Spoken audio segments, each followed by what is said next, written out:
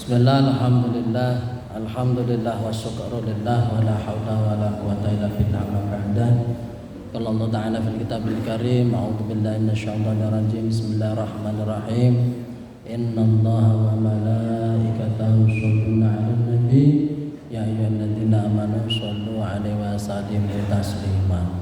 Rabbi shrah li sadri wa yassir li amri wahlul 'uqdatam min lisani yafqahu qawli, amma ba'du. Alhamdulillah, puji syukur dumateng Allah Subhanahu wa taala ingkang sampun nyukani kathah kenikmatan dhateng kita estu sahingga kita sedaya kanthi kenikmatan iman, Islam, saha kegiatan, saha kesehatan kita waket kempal wonten ing menika masjid ingkang mubarak, Masjid Agung. Monggo estu kenikmatan wau kita ikraraken kanthi wasan tahmid sesarengan. Alhamdulillahirabbil alamin. Shalawat saha salamipun Allah mugia katetepna dhumateng junjungan kita Nabi Agung Muhammad sallallahu alaihi wasallam. Dalah para keluarga, para sahabat lan sedaya para pendherekipun ingkang estu rina lan dalu kita tenggo-tenggo menggah barokah syafatipun min hada ila yaumil qiyamah. Amin Allahumma amin.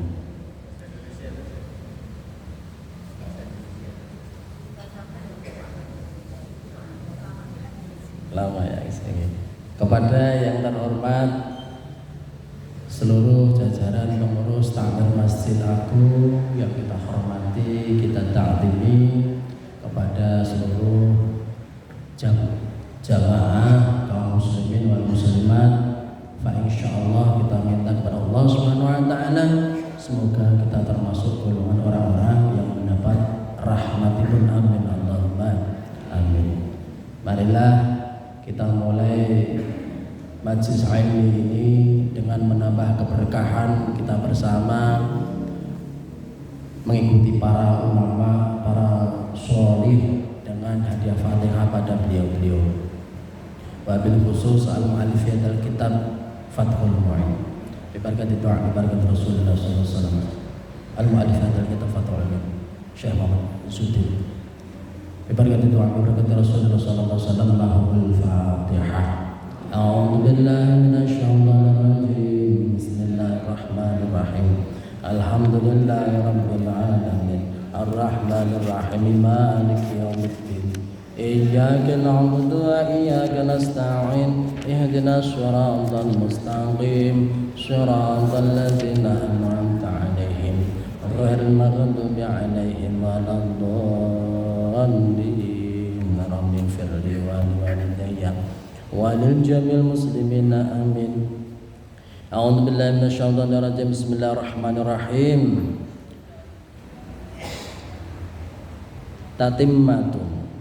Tatimmatun utawi kesempurnaan kita sedaya badhe bahas babagan salat qashar saha jamak. Salat qashar saha jamak. Ya juzu li musafirin safaran tawilan qasuru rubaiyatin muaddatin wa faidati safari qasrin fihi. Boleh bagi orang bepergian jauh melakukan qasar atau penyingkatan salat fardu atau tunai yang 4 rakaatan dan sholat qadha untuk sholat-sholat yang belum ditunaikan selama bepergian qasornya tersebut. Nah, pada saat kita semua dalam bepergian, perjalanan,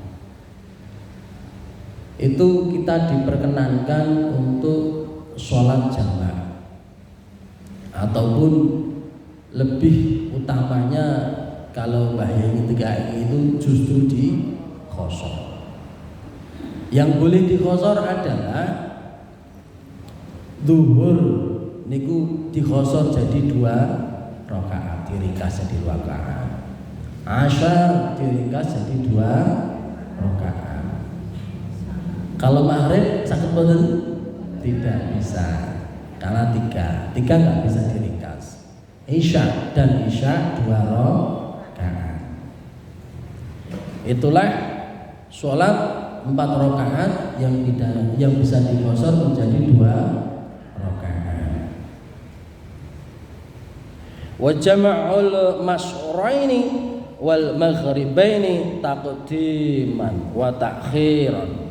Demikian pula boleh menjamak atau mengumpulkan pada satu waktu sholat duhur dengan asyar dan maghrib dengan isya, baik takdim maupun jamak takhir. Nah, sholat yang dikumpulkan menjadi satu dijamak itu yang boleh hanya duhur dan asyar.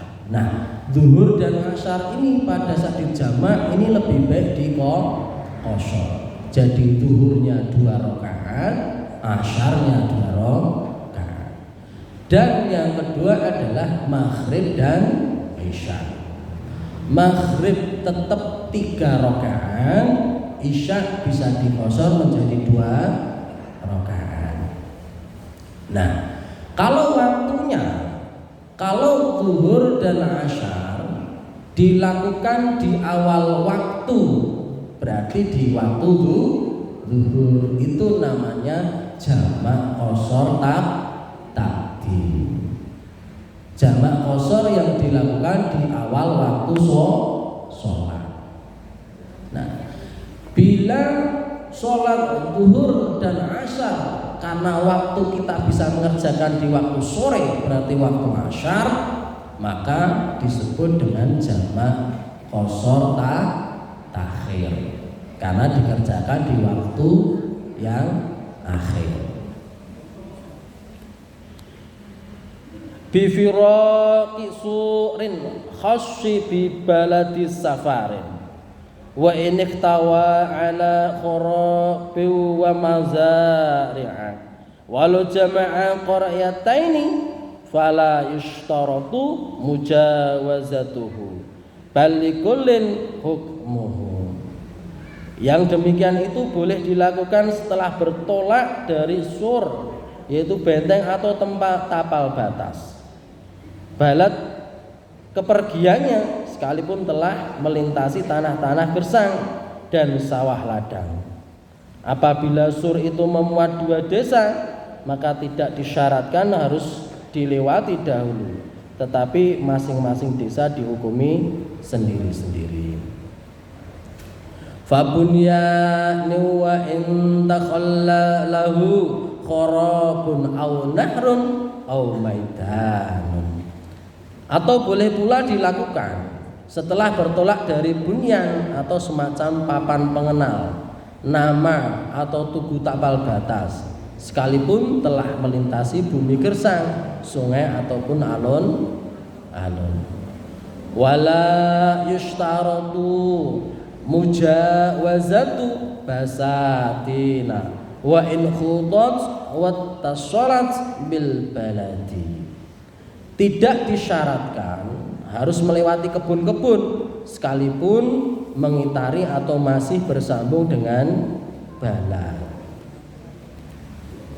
Wal qaryatani in tasalata urfan kakhor yati wa in ikhtalafata isman fala bin fasalata walau yasiron kafa mujawazatu qaryatil musafir. 2 desa yang menurut penilaian umum dianggap bersambung, dianggap sebagai desa satu sekalipun namanya berlainan. Kalau berpisah sekalipun hanya sedikit, cukuplah musafir melewati desanya sendiri. Jadi pada saat kita semua mau melaksanakan jamak atau jamak qashar, itu dilakukan kita setelah keluar dari balad, dari desa, dari daerah kita. Seumpami panjenengan sedaya badhe tindak wonten Jakarta utawi luwih tebih melih, Niku kan sampun diparengke jamak utawa jamak luwih utawa jamak kosong.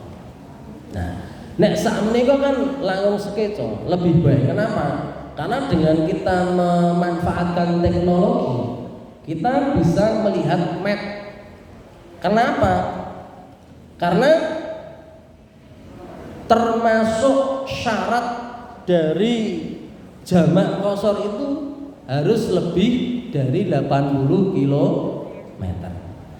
Nah, karena di situ ada syarat jarak,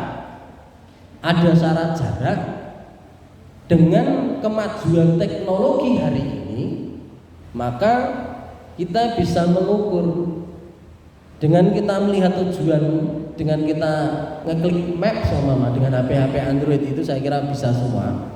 Nah, itu tujuannya mana?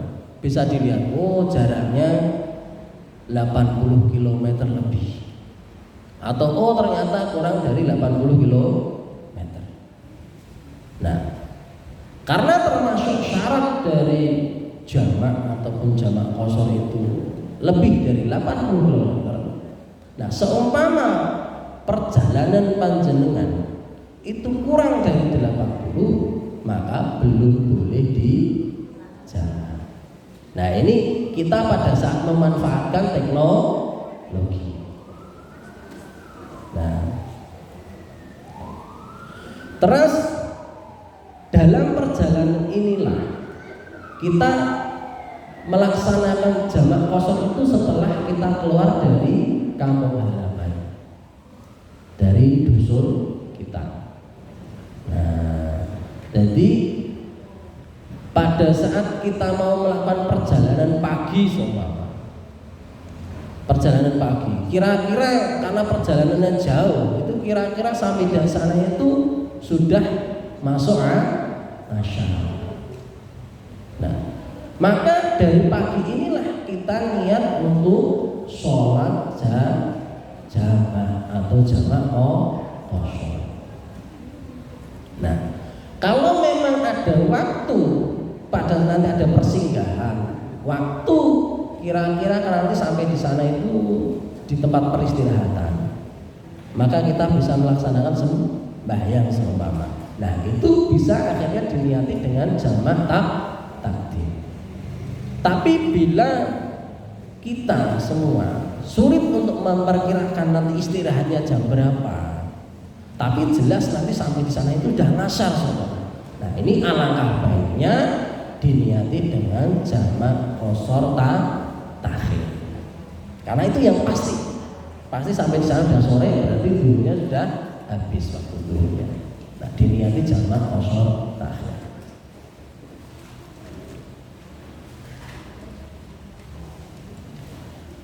Wal qaryatani ini tasholata ngurfan ka qaryatin wa in ikhtalafata isman fala win fasolata walau yasiran kafa mujawazatu qaryatil musafir. Dua desa yang menurut penilaian umum dianggap bersambung, dianggap sebagai desa satu sekalipun namanya berlainan. Kalau berpisah sekalipun hanya sedikit, cukuplah musafir melewati desanya sendiri. La li musafirin lam yablughu safaruhu masirata yaumin wa laylatin bisairil athqali ma'an zawli al-mukhtadi linakhwis tira'ahatin wa agalin wa sholatin. Jamak dan qashar tidak boleh dilakukan oleh musafir yang jaraknya tidak sampai memakan waktu perjalanan sehari semalam, dengan ukuran perjalanan yang membawa beban. Terhitung pula istirahat yang wajar terjadi, misalnya sekedar mengasuh, makan dan sholat. Nah, karena kalau dulu itu perjalanan itu pakai perjalanan jalan kaki, maka cara menghitungnya adalah perjalanan sehari semalam. Kalau perjalanan sehari semalam orang tersebut membawa beban, nah itu baru boleh jamak kosong. Terus oleh ulama-ulama, orang ulama-ulama berikutnya itu kira-kira dihitung dengan kilometer, karena sekarang udah musim kilometer. Itu kurang lebih 80 kilometer atau 2 marhalah. Nah, terus karena di sini dihitung dengan sehari semalam perjalanan, dengan teknologi dihitung dengan map kurang lebih 80 kilometer. Lah kalau sekarang kita perjalanan jauh, keluar, jangankan ke luar kota, keluar negara, keluar negeri, tapi dengan pesawat, itu kan otomatis tidak memakan waktu, ya kan? Nah, yang sering jadi pertanyaan adalah dengan kondisi teknologi hari ini yang seharusnya ditempuh berminggu-minggu, itu hanya ditempuh hanya dengan beberapa jam, kadang beberapa menit. Nah, itu bagaimana? Nah, para ulama modern itu akhirnya orang tersebut diberikan apa ya? Diberikan boleh milih. Nah, karena perjalanannya jauh, itu lebih otomatis lebih dari 80 kilometer, maka diperkenankan nek cara bahaya itu justru malah lebih bagus itu jamak kosong. Tapi dengan teknologi hari ini yang bisa ditempuh oleh pesawat, dengan pesawat hanya beberapa jam seumpama, berangkat pagi sampai sana belum tentu. Padahal kalau ditempuh lebih dari 100 kilometer seumpama. Ini gimana? Karena jaraknya jauh, boleh dijamak kosong. Tapi karena dengan teknologi yang bisa cepat, maka juga diperkenankan tidak dijamak ataupun dijamak kosong. Nah, ini termasuk teman saya itu kalau bepergian itu remennya, keinginannya itu mampir-mampir masjid. Jadi walaupun perjalanan jauh, jarang sekali dijamak, apalagi dijamak kosong. Beda dengan saya. Nah, saya nderek Mbah Yai riyen ning ngendika pokoknya nek perjalanan kok jauh, dikira-kira sudah diperbolehkan untuk jamak, maka lebih baik dijamak kosong. Nah, itu nek Mbah Yai ngendika ngene. Karena apa? Karena pada saat kita diperbolehkan untuk berjamak kosong, itu berarti kita dalam bepergian yang baik. Karena kalau dalam bepergian yang maksiat, otomatis tidak diperbolehkan jamak, apalagi jamak kosong. Kalau perjalanan maksiat. Nah, karena dalam perjalanan yang baik, seringnya ini kan agak susu-susu.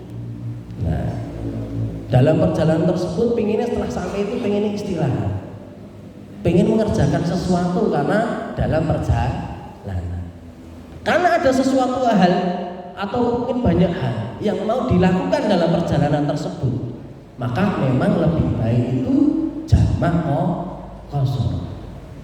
Nah, sampai sering-seringnya itu orang-orang yang melakukan perjalanan atau musafir tadi itu kalau melakukan jamak kosong itu tidak pernah melakukan ba'diyah, gitu kan? Nah, karena apa? Karena memang perjalanan yang harus segera terselesaikan, mungkin banyak hal yang mau dilakukan, akhirnya ya rada cepet-cepetan tadi. Jadi ya lebih baik tetap jamak kosong, habis itu istirahat sebentar, terus mau melakukan segala sesuatu yang lain.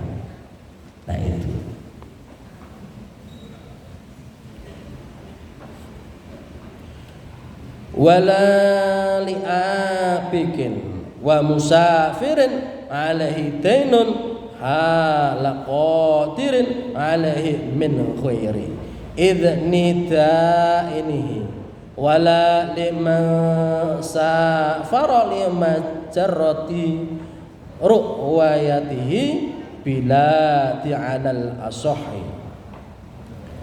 Tidak boleh pula bagi orang pergi kabur atau musafir penghutang yang sudah mampu melunasinya sedang tanpa seizin pemihutangnya. Demikian pula tidak boleh bagi orang musafir yang semata-mata ingin melihat-lihat suatu balat. Demikian menurut pendapat Aswah. Nah, dengan alasan inilah maka yang boleh melakukan jamak itu kan berarti segala sesuatu yang bagus. Ya nanti kalau memang diniati nanti akhirnya jadi nilai ibadah. Jadi perjalanan beribadah, perjalanan yang ada nilai ibadahnya. Nah, jadi walaupun perjalanan jauh koyo ngopo sampai ke luar negeri seumpama, tapi di sana hanya kalau di bahasa di sini kan hanya lihat-lihat balat, melihat-lihat daerah, berwisata. Tapi kalau berwisatanya itu dengan niatan itu orang basa kerennya refreshing kan ada mungkin berwisata itu macam-macam nih. Ada karena memang dia sangat banyak pekerjaannya butuh refreshing.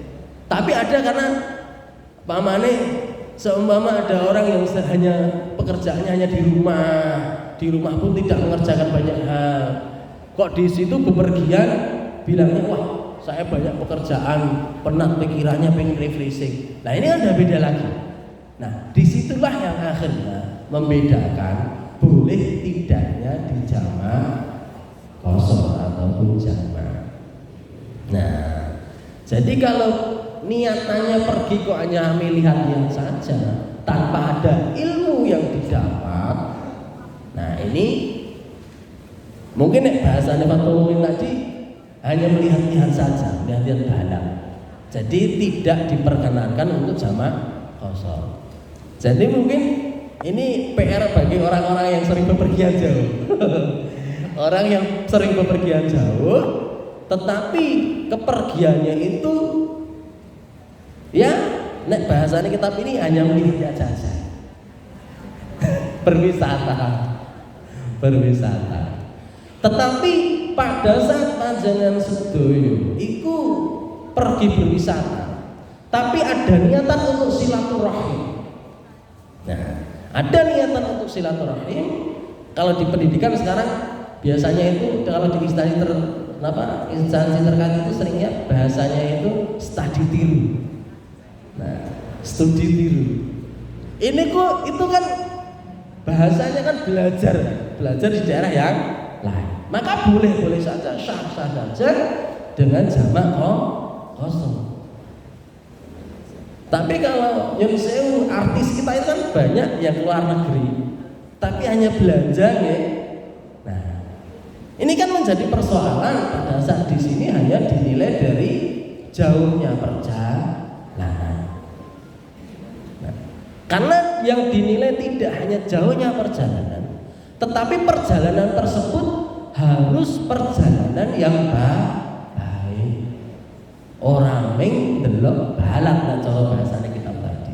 Tidak hanya sekedar lihat. Nah ini jadi PR bagi orang-orang yang sering bepergian.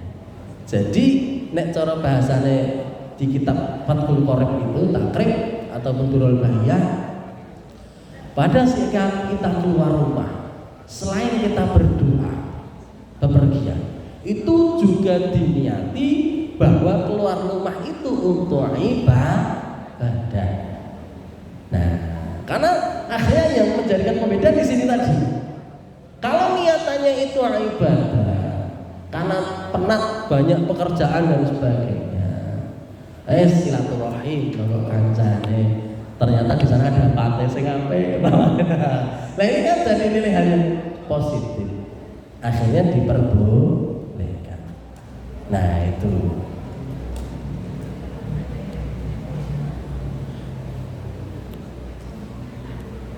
Wa yantamiris safaru bi'autihi illa wadanihi wa in kana marran bihi aw ila mawdi'in akhar walau iqamatuhu bihi mughlaqan aw arba'atu ayyamin sihahin aw alima anna irabahu la yanqadi fiha. Bepergian dianggap telah berakhir dengan sang musafir sampai pada sur atau bunyan daerah yang kembali sekalipun dengan berjalan kaki atau sampai di tempat tujuan lain dan berniat mukim di sana dalam waktu tidak tertentu atau hanya selama 4 hari penuh, atau mengetahui bahwa di tempat lain ini kebutuhannya atau tujuan bepergiannya tidak bisa tercapai hingga selama 4 hari penuh. Nah, jadi orang yang dalam perjalanan atau musafir ini boleh berhari-hari boleh. Nah, sampai di sini itu 18 hari man. Nah, summa in kana yarju husulahu kulla waqtin qasura samaniyata asyara yauman. Kemudian jika masih mengharap tujuannya akan tercapai pada setiap saat, ya boleh mengqasar sholat selama 18 hari. Nah, jadi pada saat panjenengan sedaya perjalanannya kok ya adoh, kok ya mampir-mampir, ini diperkenankan sampai 18 hari.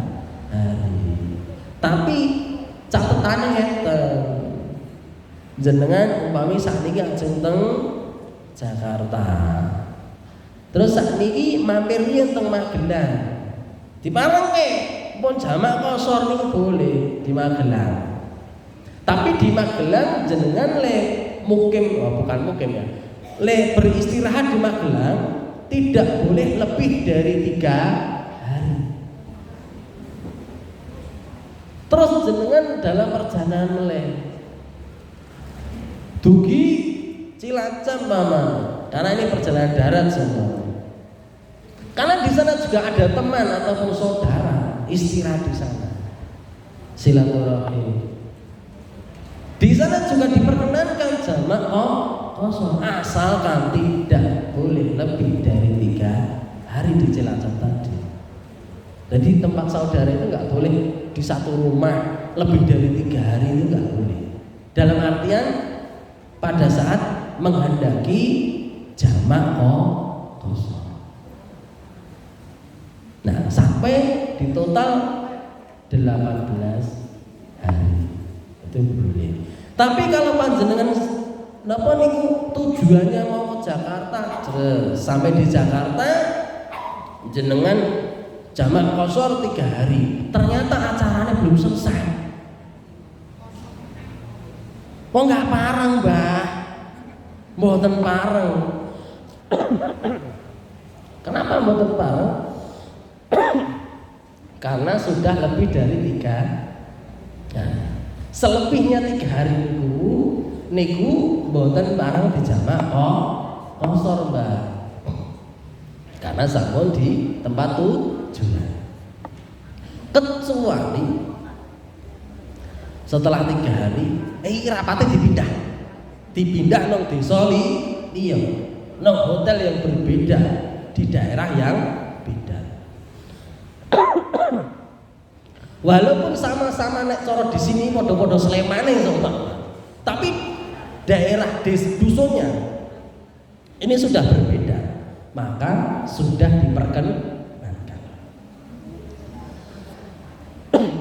Tapi kalau dusunnya sama, tempatnya sama di situ, lebih dari 3 hari, ya selebihnya 3 hari itu nggak boleh dijamak, apalagi jamak kosong. Ya, niku nek cara Imam Al-Ghazali niku pinter le dan tetap syah. Wale wonten.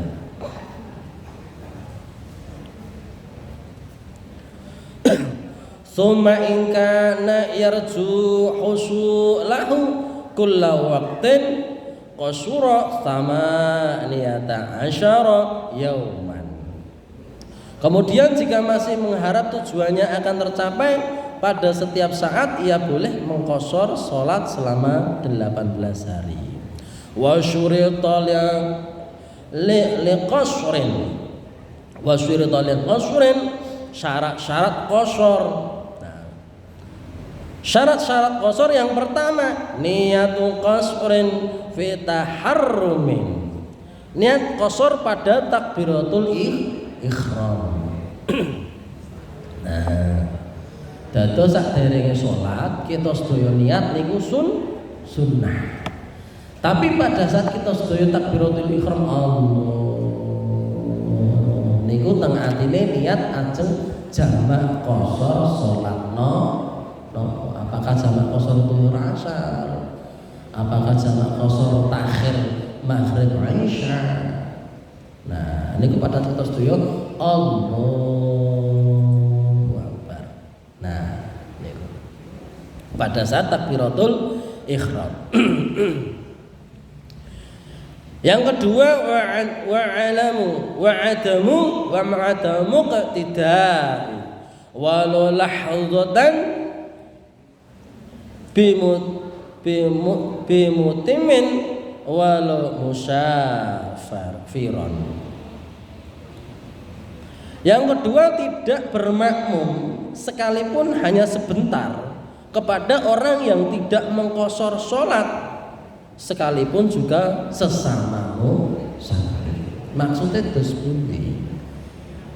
Niki jamaah, sami-sami le dalam perjalanan.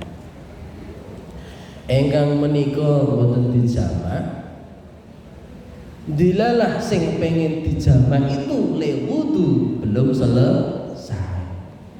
Terus di sini sudah takbiratul ihram Allahu Akbar. Nah, terus sing sebelah sini wah kok wis Allahu Akbar age-age mengejar. Terus ikut takbiratul ihram. Tapi karena niatnya beda, di sini tidak jamak, di sini jamak, maka tidak syah, tidak boleh. Solusinya gimana? Solusinya itu setiap perjalanan, apalagi pada saat istirahatnya di mushola atau masjid atau ada tempat ibadah, itu disepakati. Ini nanti kita sholatnya berjamaah. Setelah sholat berjamaah nanti jamak qasar ya. Biar nanti waktunya cukup banyak untuk beristirahat. Wong sudah tua-tua capek. Gimana? Nah, udah sepuh itu biasanya perjalanan jauh itu kan capek sekali. Maka pengen segera selesai. Nah, setelah dengan disampaikan seperti itu, otomatis nanti pada saat imam juga harus paham, imam juga harus ngomong jamaahnya udah lengkap belum? Sudah, kita sholat bareng-bareng jamaah qasar kronoin karena ini di waktu zuhur, mari kita niat bersama-sama jamaah qasar takdim zuhur asar makmum lillahi ta'ala. Nah, itu ngaten. Terus kemarin saya nemui ada masjid, Pak. Karena tempat tersebut memang sering digunakan untuk jamaah orang-orang jauh-jauh. Itu ada papan yang bisa ditaruh di lantai. Papannya tidak terlalu besar, tapi di situ ada tulisannya keterangan jamak. Nah, jadi pada saat ada jamaah yang mengerjakan sholat jamak ataupun jamak kosor, dengan menggunakan papan tersebut ditaruh di samping, biar tahu kalau nanti ada orang yang masuk pengen makmum, oh ternyata orang tersebut jamak ataupun jamak kosor. Saya kan orang dekat, berarti saya nggak boleh makmum. Oh saya juga jamaah tadi, kok udah ketinggalan, kok wes masbuk. Nah pripun ini? Udah masbuk. Kalau udah masbuk kok kira-kira nanti kita sholat yang kedua kok juga ketinggalan, ya mending kita nunggu teman yang lain untuk berjamaah. Kenapa? Karena sholat jamak kosor ataupun sholat jamak itu nggak boleh diselani. Duhur asar itu setelah melakukan duhur rakaat itu segera berdiri terus melakukan sholat asar. Nggak boleh berhenti sebentar terus ngobrol sama temennya, nggak boleh. Capek ya enggak ya. Oh ya kesal oleh ngono bis sikile nek kesuwen. Oh enggak boleh ngoten niku. Enggak boleh. Nah. Kalau di bab awal di Fathul Muin itu diperkenankan orang cepet-cepet, tapi di situ langsung ada makmum yang paham, setelah selesai salam dia langsung berdiri, langsung qomah. Itu boleh. Nah, langsung qomah boleh. Tapi kalau tidak, makmumnya kok tidak ada yang segera untuk qomat, ini imam alangkah baiknya langsung berdiri, langsung takbiratul ihram lagi. Kenapa? Biar jamaah yang nyun sewu terlupa seumpama. Itu biar tidak ngendikan atau keperucut berbicara. Nah, itu. Jadi imam itu ya masya Allah luar biasa. Pokoknya luar biasa. Imam itu betul-betul luar biasa. Harus luar biasa. Harus mangertos atas itu. Harus mangertos. Nah, wataharrun amuna fiha tawaman. Selama sholat, syarat yang ketiga adalah selama sholat terhindar dari hal-hal yang membatalkan niat qasar. Jadi ya sama sebenarnya hal-hal yang membatalkan sholat. Nah, jadi seumpama jenengan setuju, dilalah sholat jamak kosornya kok agak lama, padahal selak ngampet umpamanya. Wah ini nek aku munfarid sholat dhewe teko metu saka jamaah, iki kira-kira sah apa ora? Nah itu juga nggak boleh jamaahnya. Nah, jadi termasuk hal-hal yang membatalkan niat qasar tadi. Wadawa musafarihi fi jami'i sholatihi. Syarat yang keempat yaitu selama sholat masih dalam bepergian. Nah, mohon maaf mungkin ada yang kadang kita terlupa karena tadi itu pas perjalanannya itu mepet duhur, wes engko takhir wae. Engko jamak takhir. Ternyata jamak takhirnya itu kok dilalah langsung sampai rumah. Lah ini kan bahaya. Kenapa? Karena sholat termasuk syarat yang keempat, yaitu masih dalam bepergian. Nek panjenengan kok sampai begini dalam sudah sampai rumah, berarti sudah tidak dalam perjalanan. Boleh atau tidak jamaah? tidak boleh. Maka alangkah baiknya khusus dalam perjalanan kondur pulang itu lebih baik takdim. Kalau memang waktu takdim juga tidak bisa karena berangkatnya pagi pukul 7 atau pukul 6 seumpama. Yo sebelum sampai dusun, sebelum masuk desa rumah, dusun rumah itu kan Pak sopirnya kan mampir masjid, kan ngalang, kan mampir masjid. Jangan masuk dusun dulu, lah gitu sholat jamak. Lah itu. Jadi sebelum sampai rumah harus sholat dulu, harus selesai sholat. Kecuali kalau tadi sudah takdim, terus nggak punya beban, nggak masalah. Tapi kalau takhir, ya sebelum sholat kita jangan sampai di rumah. Jadi seumpama kalau lupa sudah mau masuk dusun, yo kan ngalah, kan muter. Karena ini sebuah kewajiban yang harus dilakukan karena belum sholat fardu belum sholat fardu. Nah, wali jami takdimin, syarat-syarat jamak takdim. Syarat-syarat jamak takdim yaitu an-niyatul jam'i fil ula walau ma'at tahalluli minha. Niat jamak pada sholat yang pertama sekalipun dalam prakteknya akan dipisahkan dengan salam. Nah maksudnya itu walaupun sholat jamak takdim zuhur dulu 2 rakaat salam, setelah itu berdiri takbiratul ihram, baru sholat ngasar yang kedua sholat ngasar 2 rakaat terus salam. Atau maghrib dan isya, jadi maghrib dulu 3 rakaat salam, habis itu berdiri kembali sholat isya 2 rakaat terus salam. Wa tartibun, tertib. Nah, karena di sini ada kata wa tartibun, tertib, tidak boleh dibelenjat-belenjat, di lompat-lompat.